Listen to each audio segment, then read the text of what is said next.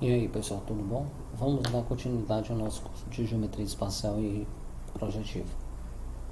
Na aula de hoje veremos os fundamentos da geometria projetiva. Vamos apresentar os axiomas de tal geometria, algumas aplicações imediatas, o teorema de Desargues. Esse teorema aqui ele é um dos principais teoremas que a gente vai ver nesse curso, e dois modelos de plano projetivo, sendo um deles finito. Um será visto e o outro será dado como exercício. Os axiomas. Os termos indefinidos que utilizaremos serão o ponto, a reta e a relação de incidência. Essa relação de incidência a gente já viu no vídeo passado, naquela primeira aula, que a gente deu a introdução, tá bom?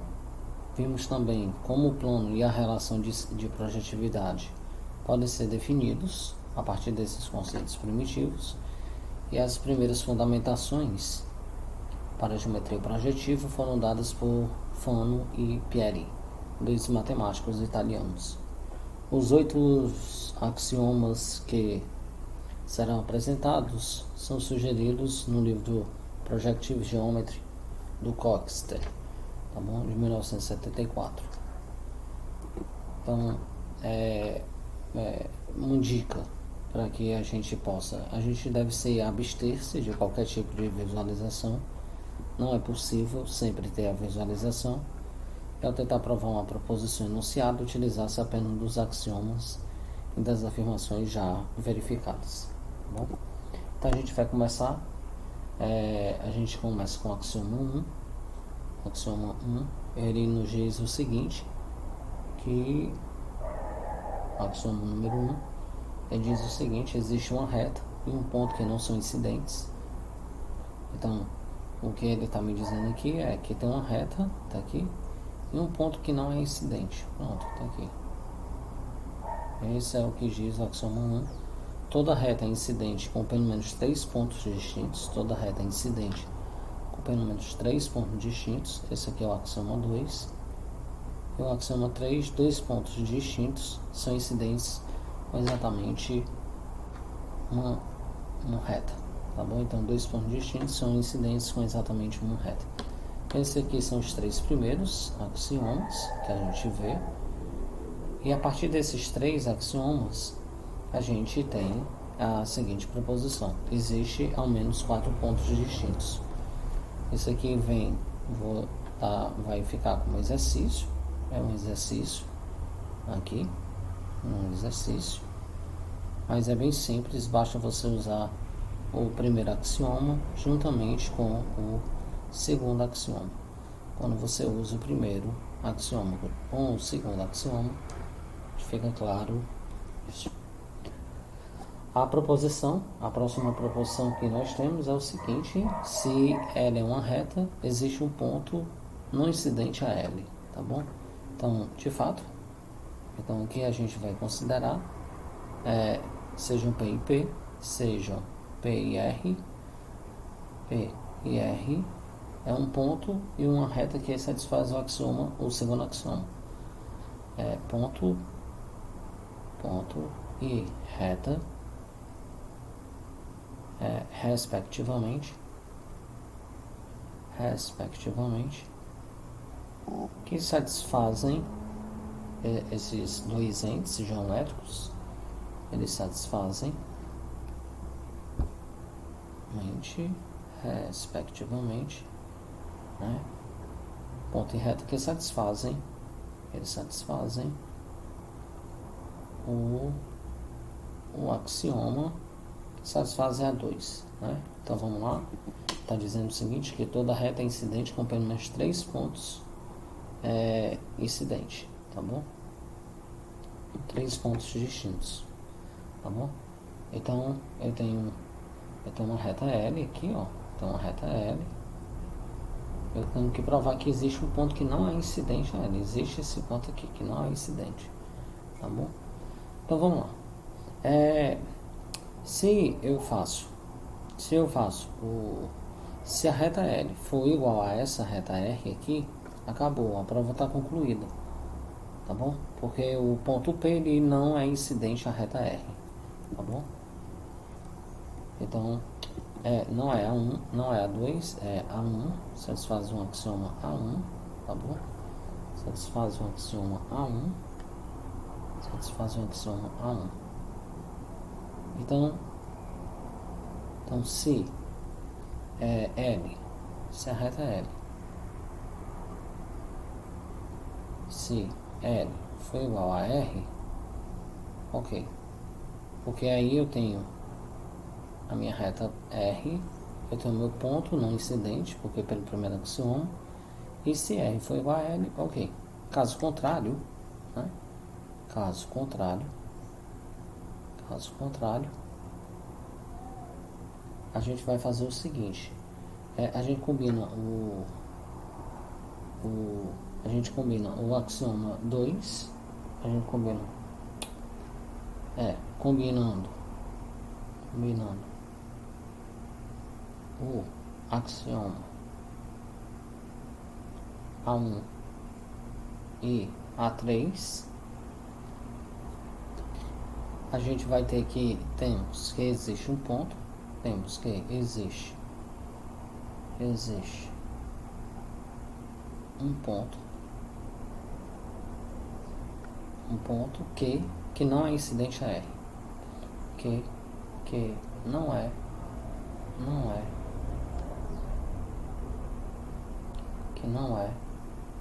incidente a R, que não é incidente a R, tá bom? E aí acabou, nossa prova está feita, tá bom? Temos a seguinte proposição. Essa proposição aqui é o que a gente vai chamar de uma proposição dual da proposição anterior. Tá vendo? A gente está trocando. Se A é um ponto, existe uma reta que não é incidente a A. Note que aqui eu tenho uma reta L, então existe um ponto. Aqui é o contrário. Essa aqui é o que a gente vai chamar da proposição. Isso aqui é o que a gente chama. Isso aqui é o que a gente vai chamar da proposição. É o princípio da dualidade, que vai ser o assunto do próximo filme. Proposição dual da proposição anterior. Mas tem que provar, tá bom? Fica como exercício a prova dessa proposição aqui, fica como exercício para vocês. Tem que provar ela no exercício usando os axiomas. A próxima proposição nos diz o seguinte, que dado um ponto P, existe ao menos 3 retas que passam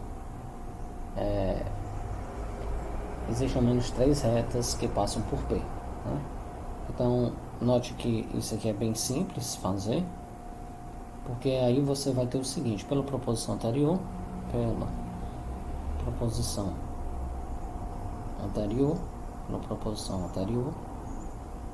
existe uma reta não incidente a P. Existe uma reta não incidente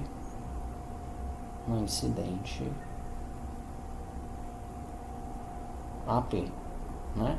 Porque dado um ponto P, existe uma reta que não é incidente a P. Pronto, existe um ponto P. Pelo axioma A2, axioma A2, tá bom? Isso aqui nos diz o seguinte, que toda reta é incidente com pelo menos 3 pontos distintos. O que, mais uma vez, não é, o desenho não prova nada, o desenho só auxilia, né? Tá aqui, uma reta R, aqui tá um ponto P. E nessa reta aqui tem 3 pontos, que são incidentes na reta A, B e C. E aí, eu posso, a partir da reta aqui, construir essa reta 1, 2 e 3, tá bom? Então é isso aí, a partir do axioma 2, né? Pelo axioma 2 podemos construir aqui, né? Podemos construir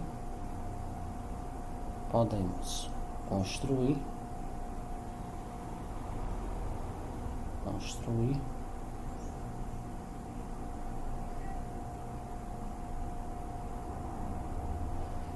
três retas distintas passando por P. Três retas distintas passando por P. Distintas passando por P. Por P. E aí acabou, né? Vamos botar esse P maiúsculo aqui. P é meu ponto. Por P. E aí tá feito. Então o quarto axioma, ele é uma engenhosidade, ele foi feito por uma engenhosidade do matemático americano Veblen, onde ele define que duas retas coplanares se interceptam antes mesmo de definir o que é o plano. Ou seja, eu tenho isso aqui, duas retas coplanares se interceptam antes mesmo de definir o que é o plano. Tá bom? Então esse aqui é o quarto axioma.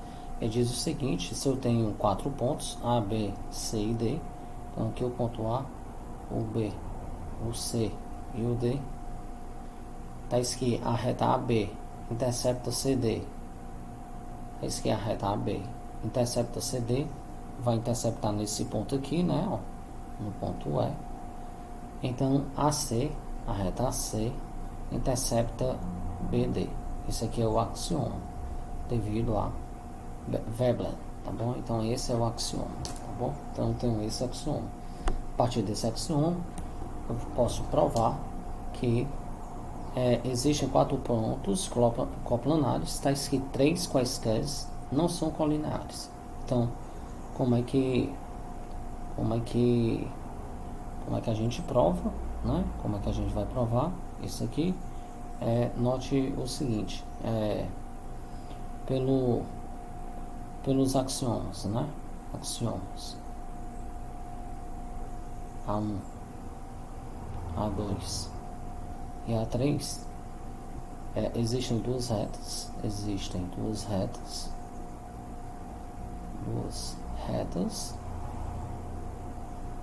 tá bom? EC e EA, distintas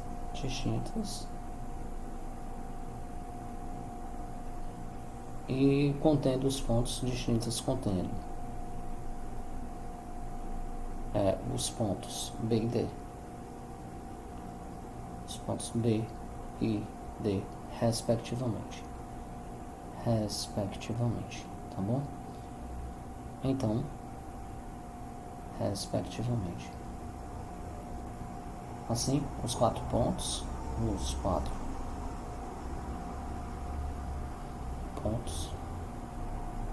distintos tem a propriedade, né? Ou seja, A, B, C e D tem a propriedade desejada,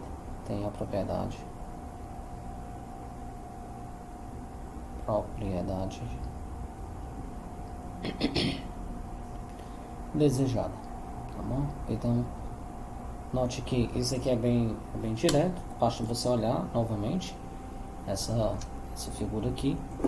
Eu vou apagar aqui, pronto, então vou limpar. Então eu vou pegar duas retas, tá bom? Os três primeiros axiomas diz que eu já tenho essas duas retas, então aqui a reta é A, pronto, então a reta é D, e nessas retas eu já tenho esses pontos. O ponto B, eu tenho, aqui é o ponto B, e aqui eu tenho o ponto C, tá bom? Então esses quatro pontos, ou seja, A, B, esses quatro pontos, eles são de tais formas que três quaisquer deles não são colineares. Pronto, então tá feito.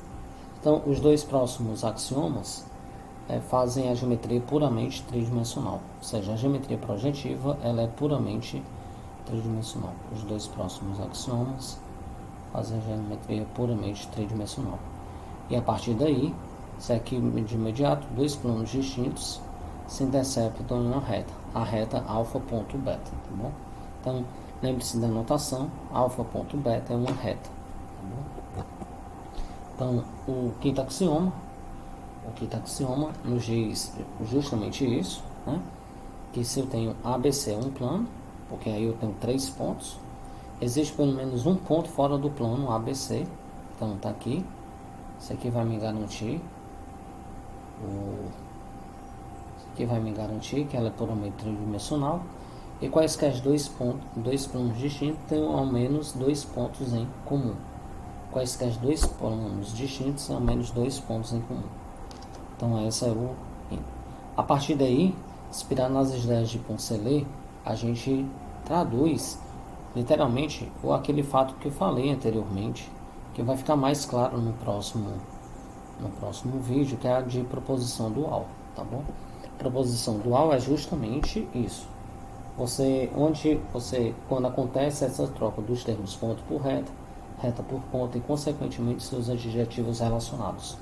Como por exemplo, eu chamo a atenção mais uma vez para essas duas proposições, né? Ó, essa proposição aqui e essa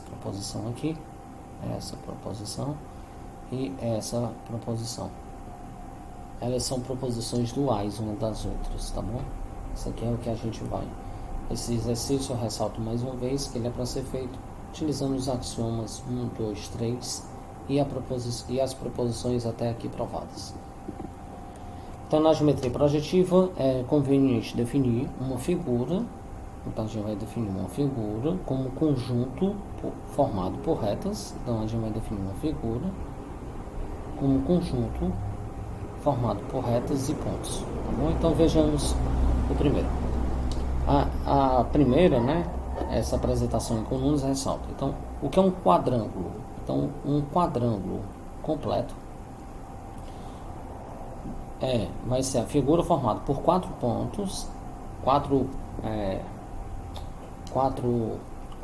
pontos coplanares. Esses pontos coplanares serão o P, o Q, o R e o S. Tá aqui, tem 4 pontos coplanares, sendo 3 quaisquer deles não colineares e as 6 retas que unem esses pontos. Então eu vou traçar essas retas em amarelo aqui e aí a gente vai ver que elas são no total de 6. Então tá aqui. Aqui 2, 2, aqui 3, 4, 5 e 6. Então esse aqui é um quadrângulo completo. Dizemos que os 4 pontos, ou seja, justamente esses pontos aqui, o ponto B, o ponto Q, o ponto R e o ponto S são os vértices desse quadrângulo, e as 6 retas, essas 6 retas que eu tenho aqui, são os lados do quadrângulo completo. 2 lados são ditos opostos se o ponto comum a eles não é um vértice. Esse ponto é chamado ponto diagonal. Existem 3 pontos diagonais. Quais são eles? Tá aqui, esses são os pontos.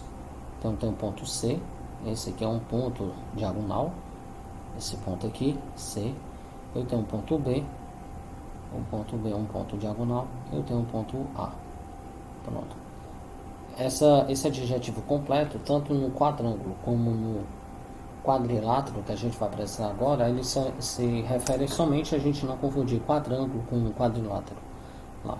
Da mesma forma, ou seja, dualmente, eu posso definir o que é um quadrilátero completo. Um quadrilátero é dito completo. Quadrilátero vai ser completo, como na figura, né? É uma figura formada por 4 retas coplanares. Então, quais são essas retas agora que eu vou pegar? Aqui é a reta P, aqui é a reta Q, a reta R e a reta S. Então, esse aqui é o quadrângulo, tá bom? Esse é o quadrângulo. Quadrilátero, me desculpa. Tá vendo a dualidade aqui? Eu tô falando de retas coplanares, aqui é de pontos, tá bom? Sendo quaisquer dessas 3 retas não concorrentes e os 6 pontos comuns a estas retas. Então, quais são os pontos? Então, vamos lá. Tá aqui, primeiro, aqui o segundo, o terceiro, quarto, o quinto e o sexto. Pronto, tá aqui, 6 pontos. Dizendo que as 4 retas, ou seja, as 4 retas P, QRS são os lados e os 6 pontos são os vértices do quadrilátero completo.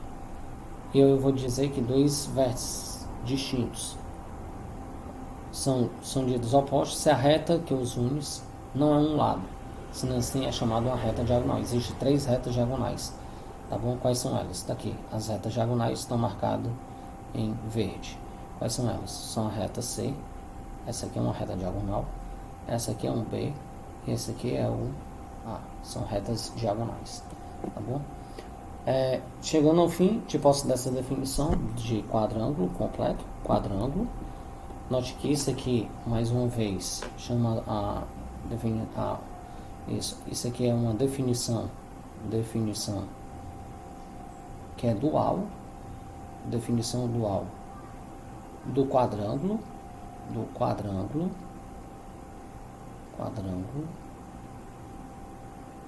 completo, tá bom?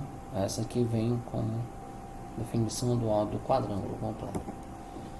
Então, o sétimo axioma nos diz o seguinte, que os 3 pontos diagonais de um quadrângulo completo nunca são colineares. É um axioma. A partir daí, observamos que os pontos diagonais de um quadrângulo completo, tá bom? São vértices de um triângulo chamado triângulo diagonal. Então, vamos lá. Eu vou limpar essa figura aqui um pouco. Vou deixar aqui, de toda forma, eu tenho os pontos diagonais, é o A, o B e o C, então vou unir eles por retas. Então tá aqui.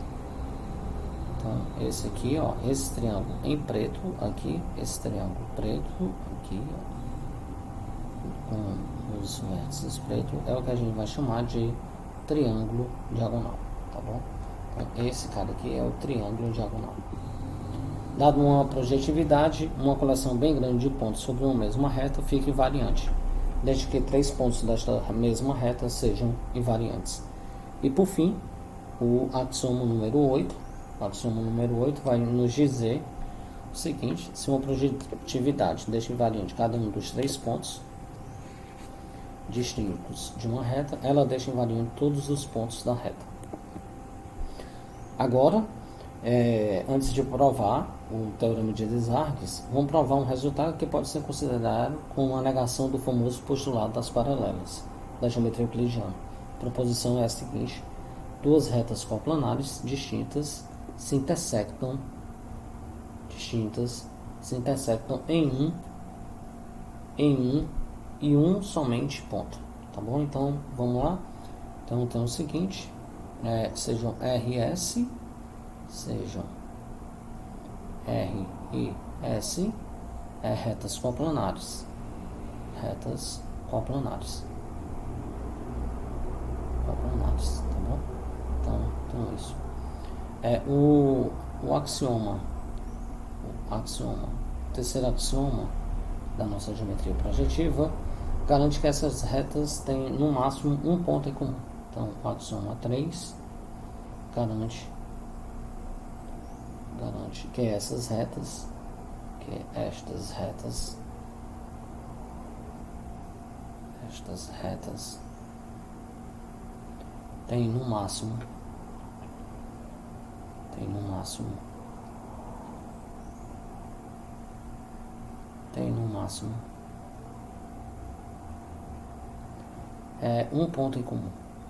um ponto em comum. Então, vamos mostrar que existe ao menos um ponto em R e S, né? Para mostrar que existe ao menos um ponto em R e S, a gente vai tomar. Então, tome um ponto E não incidente, né?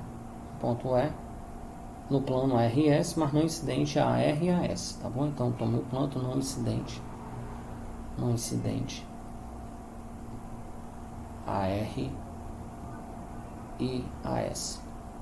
Pronto, tá bom? Aqui eu vou considerar sejam AC a reta R e BD a reta S, tá bom? Como o plano é determinado, como esse plano aqui, com o plano formado pelos pontos A, B e C é determinado pelos feixes das retas sobre E, que intersecta C. B e D é determinado pelo feixe de retas sobre E, sobre E, que intersecta AC,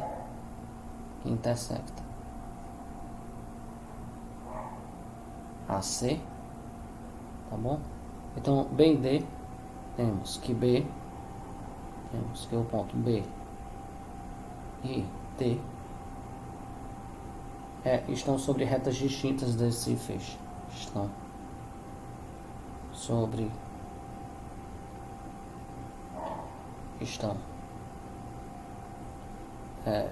retas distintas desse feixe. E aí o resultado segue do quarto axioma desse feixe. Daí segue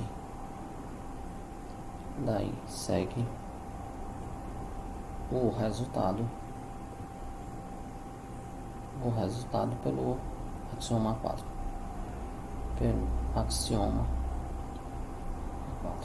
E aí a gente finaliza, tá bom? A gente vai dizer que duas figuras são perspectivas se os seus pontos podem ser colocados em uma correspondência bionívoca, de forma que o par de pontos correspondentes define retas concorrentes, ou se as suas retas podem ser colocadas em correspondência bionívoca, de forma que o par de retas correspondentes define pontos colineares. A primeira correspondência de perspectividade por um ponto, chamado centro, é dito centro, enquanto que a segunda é dita perspectividade por uma reta, chamado eixo de perspectividade. Observamos que ao considerar duas figuras não perspectivas e considerarmos que os vértices e os lados de ambas sejam todos distintos. Então, esse aqui é um teorema, esse aqui é o nosso teorema, conforme a gente vai ver aqui. Então, ao considerar duas figuras são perspectivas, é considerar que os vértices e os lados de ambos sejam todos distintos, né? Para tanto, considere esses dois triângulos em perspectiva aqui, ó. Então, tem um triângulo PQR aqui, e considere esse triângulo aqui em amarelo, P', Q' e R'. Então, esses triângulos aqui, eles já fornecem pra gente o que a gente passou aqui, tá bom? Além disso,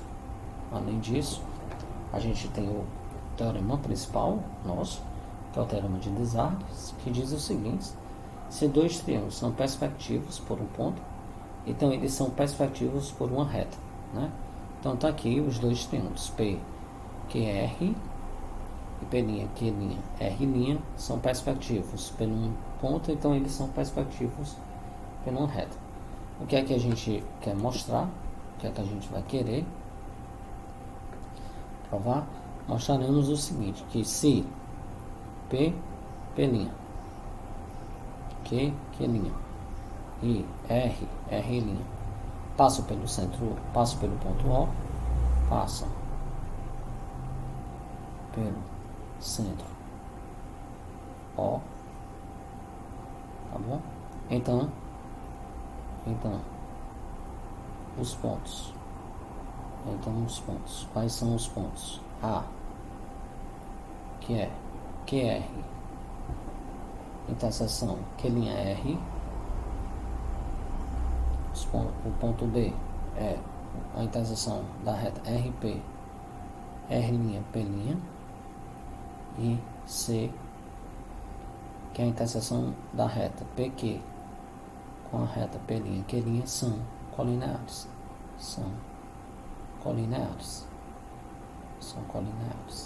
Tá bom?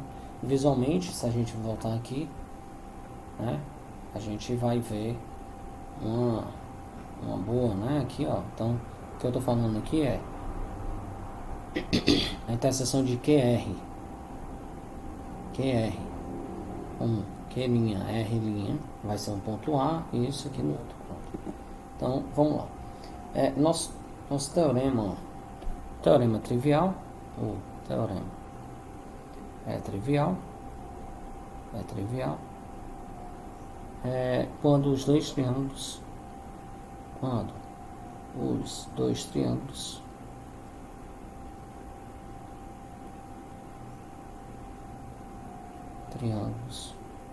estão em planos distintos, em planos distintos, né? Então não há o que fazer. Quando os dois estão em planos distintos, não há o que fazer, tá bom? Neste caso, os pontos A, B e C estão ambos no plano, tanto aqui. Então vejamos essa reta aqui, né? Ó, se eu pego essa aqui, o ponto A, ó, que eu estou considerando, né, que é P', aqui é o R', que é o ponto C. Tá bom, então tá aqui, essa figura aqui, tá bom? De toda forma, neste caso,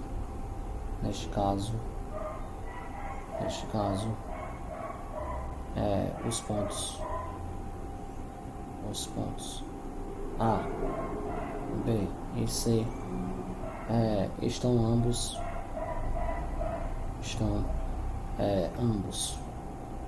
nos planos alfa, que é o plano PQR, e beta, que é o plano P', Q', R'. E portanto a reta onde eles são incidentes estão sobre a reta alfa vezes alfa ponto R, né? Ou alfa ponto beta. Caso contrário, ou seja, caso os triângulos estejam no mesmo plano, então caso estejam em um mesmo plano,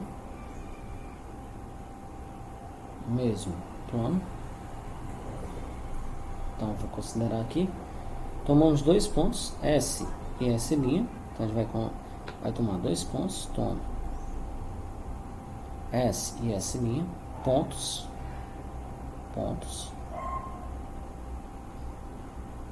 numa reta qualquer, incidente a O, que incidem, né? Incidente a O e fora do plano PQR,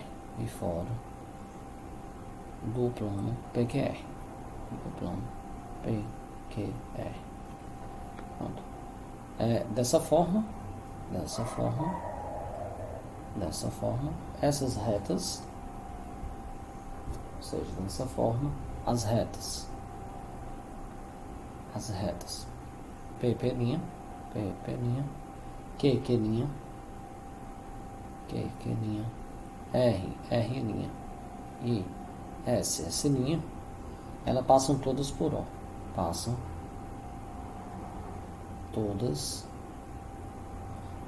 O. Tá bom? Da mesma forma, assim como os pontos P, S e S' estão sobre o plano OPS, segue que PS, que é a reta PS, P'S, também se intercepta no ponto P1. Similarmente, os pontos Q1, P1 também estão. Assim, a gente vai construindo planos distintos, onde os pontos são de tal forma que são colineares. E desde que a reta vai pertencer a Q1, R1, a reta B, o ponto B vai estar na reta P1, R1, e o ponto C está na reta P1, Q1, tá bom? Se não tem nenhuma dificuldade, a gente vai concluir aqui. Então é o seguinte, como P', S e S', tá bom? Estão sobre o plano? Estão sobre o plano. É OPS, tá bom? Segue que essas retas aqui, PS e P', S', se intersectam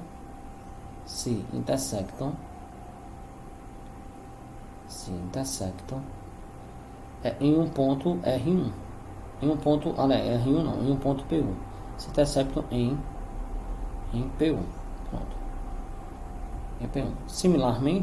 Similarmente, eu consigo outros dois pontos. Quais são os pontos que eu consigo? Eu consigo o ponto Q1, que é a interseção das retas QS com Q', S', e consigo o ponto R1, que é a interseção de RS com R', S'. Aplicando essa parte, a parte óbvia, porque agora eu estou em planos diferentes, eu consigo que os triângulos, esses triângulos aqui que eu considero, então, os triângulos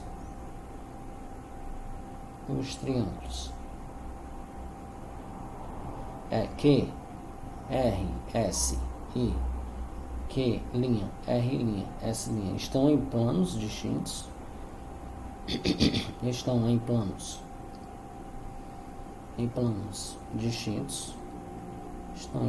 distintos.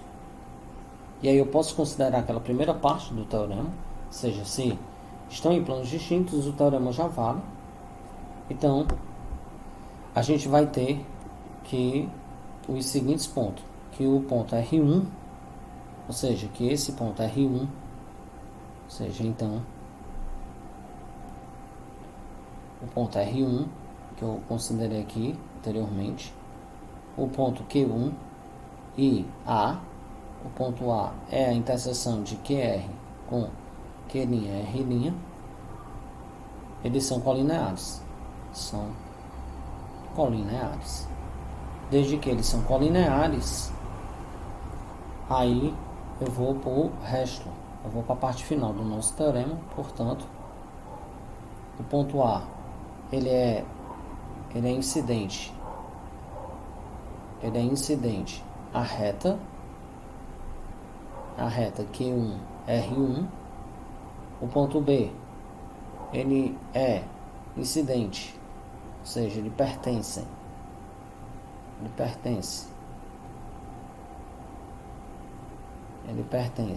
a P1, R1, e o ponto C, ele pertence a P1, Q1. Portanto, logo, os três pontos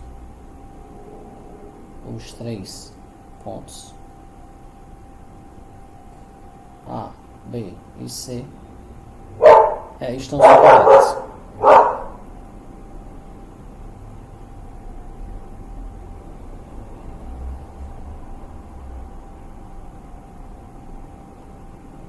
Estão sobre a reta P, Q, R, que coincide com a reta P1, R1, Q1. E aí a gente prova. Então a gente tem a recíproca do teorema de Desargues, que diz o seguinte: se dois triângulos são perspectivos por uma reta, então eles são perspectivos por um ponto. Note que esse teorema, ele é o teorema dual do teorema de Desargues, mas aí você vai aplicar o teorema anterior, o teorema de Desargues, para os triângulos P, P', Q, Q', A. Somente isso. Para finalizar o nosso estudo,